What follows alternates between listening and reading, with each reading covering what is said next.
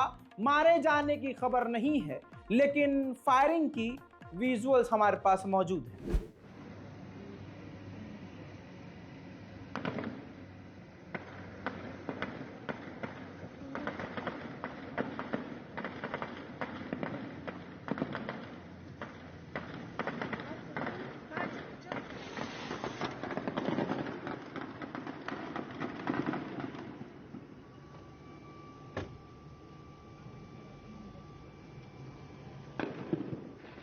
Atara qırmızı roşen bu.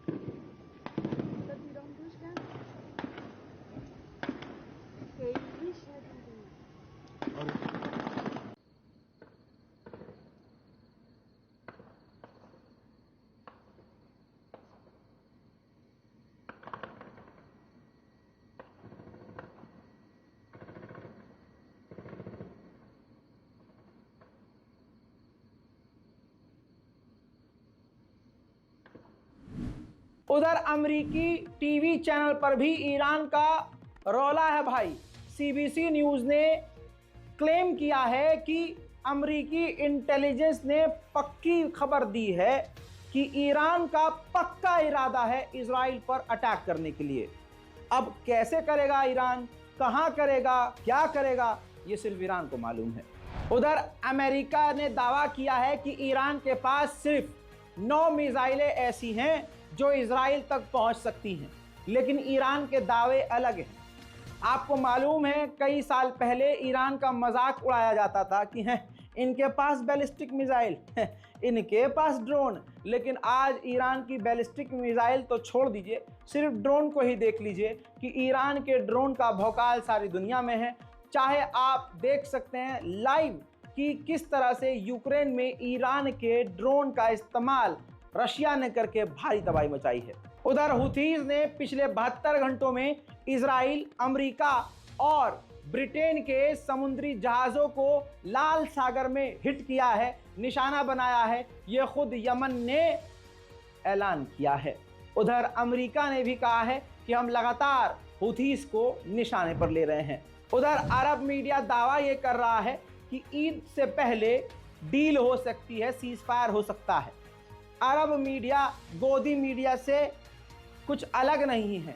पहले ये कह रहे थे कि रमजान से पहले जंग खत्म हो जाएगी, लेकिन पूरा रमजान निकल गया। अब कह रहे हैं ईद, 2 दिन बाद ईद है। अब सोचिए, क्या ये जंग रुकेगी? आपको क्या लगता है कि इजराइल हमले बंद करेगा? कमेंट कीजिए। इजराइल की ही रिपोर्ट के मुताबिक इजराइल के 604 फौजी गज्जा में मारे गए हैं और इजराइल ने ही क्लेम किया है कि 13,000 हमने हमास के आतंकियों को ढेर किया है। ऐसा वर्ड टू वर्ड इजराइल का कहना है। उधर हिजबुल्लाह के भी 330 मेंबर इजराइल के हमलों में मारे गए हैं। लेबनान में ही इजराइल ने 3,600 जगह पर हमले किए हैं और 32,000 से ज़्यादा गाज़ा में अलग अलग जगहों को निशाना बनाया है।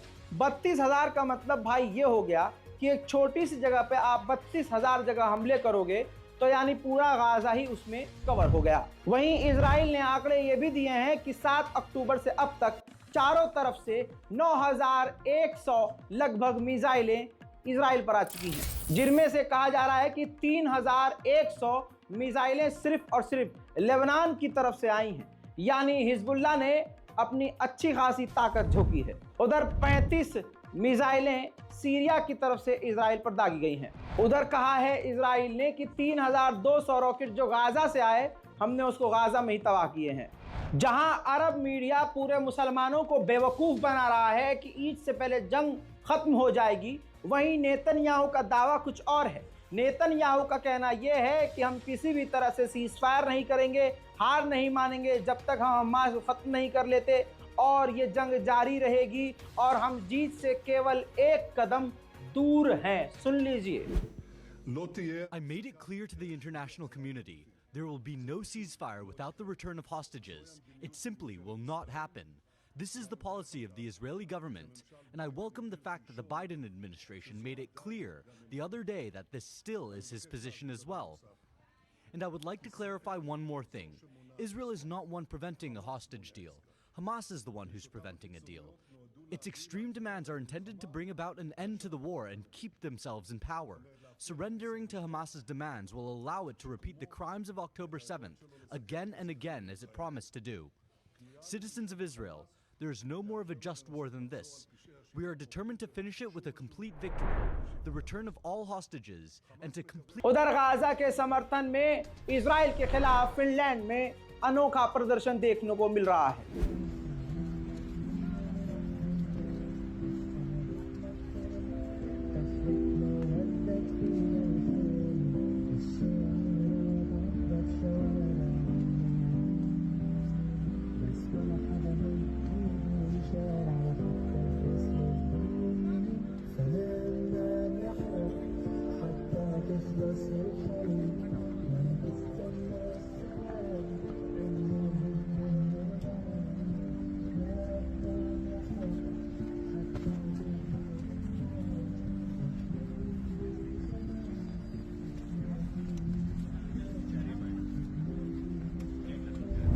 उधर जॉर्डन में भी प्रदर्शन तेज हो गए हैं।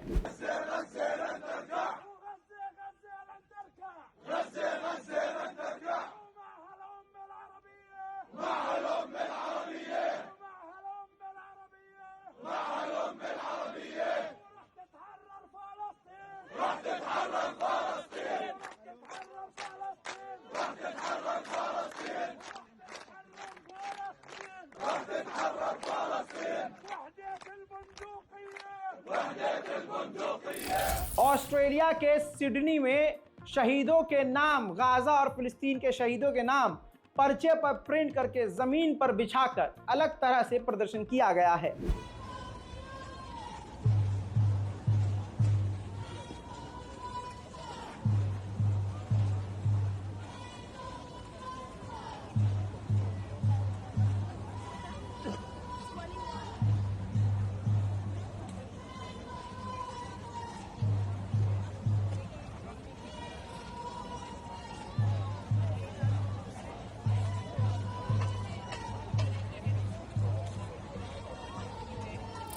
मेरे दोस्तों, जहां कभी प्रदर्शन की तस्वीरें नहीं हुआ करती थी, आज उन जगहों पर प्रदर्शन खुलकर इजराइल के खिलाफ हो रहा है।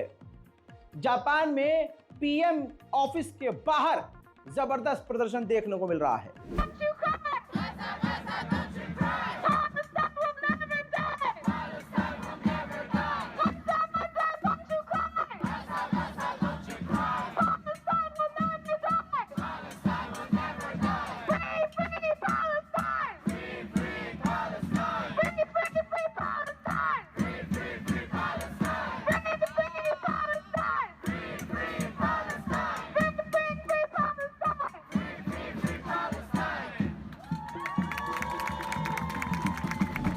इस्लामोफोबिक देश स्वीडन में भी जमकर प्रदर्शन हो रहा है और इजराइल के खिलाफ गुस्सा सड़कों पर है।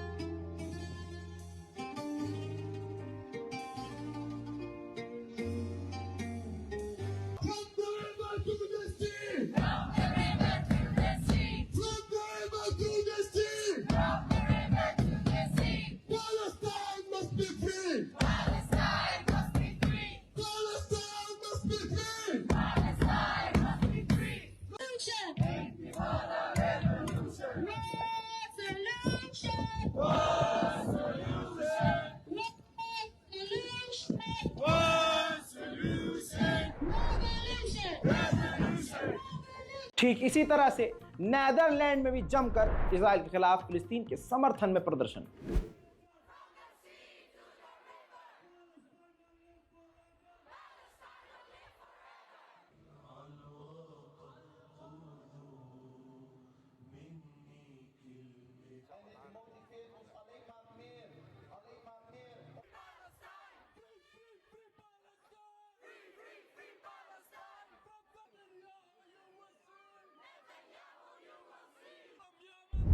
फिर दिखा रहा हूं, कनाडा में भी आज भी प्रदर्शन जारी है।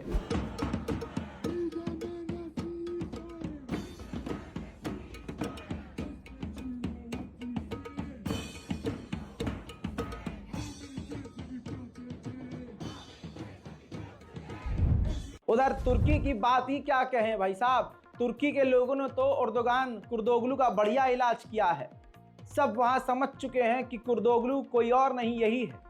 इजराइल के खिलाफ फिलिस्तीन के समर्थन में तुर्की के लोग जोरों शोरों से सड़कों पर हैं। Evet, gemiler yürüyor, ticaret sürüyor. 6 aydan beridir Gazze'de 32 binin üstünde insan ölüyor. Buna rağmen Türkiye Cumhuriyeti ticaretten vazgeçmiyor.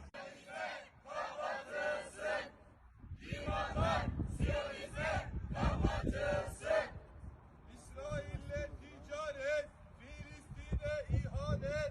İsrail'le ticaret, Filistin'e ihanet. İsrail'le ticaret, Filistin'e ihanet. आइए एक और गैर मुस्लिम देश नॉर्वे, जहां फिलिस्तीन के लिए आवाज उठाई जा रही है।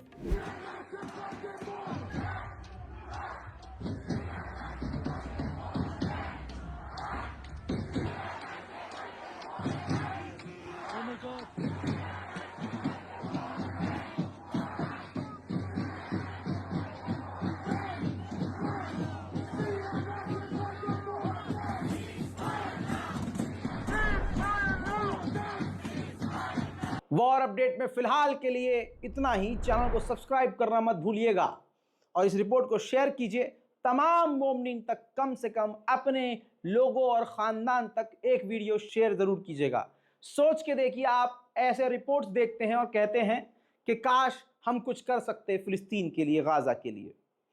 अब अपने आप से सवाल कीजिए, जो इजराइल की इंफॉर्मेशन वाली वीडियो को जो एक शेयर नहीं कर सकता, वो इतनी बड़ी बड़ी बातें करें हम गाज़ा के लिए कर देंगे, वो कर देंगे, तो थोड़ा सोचना पड़ेगा। अपने आप से सवाल कीजिए और फिर इस रिपोर्ट को शेयर कीजिए। जय हिंद।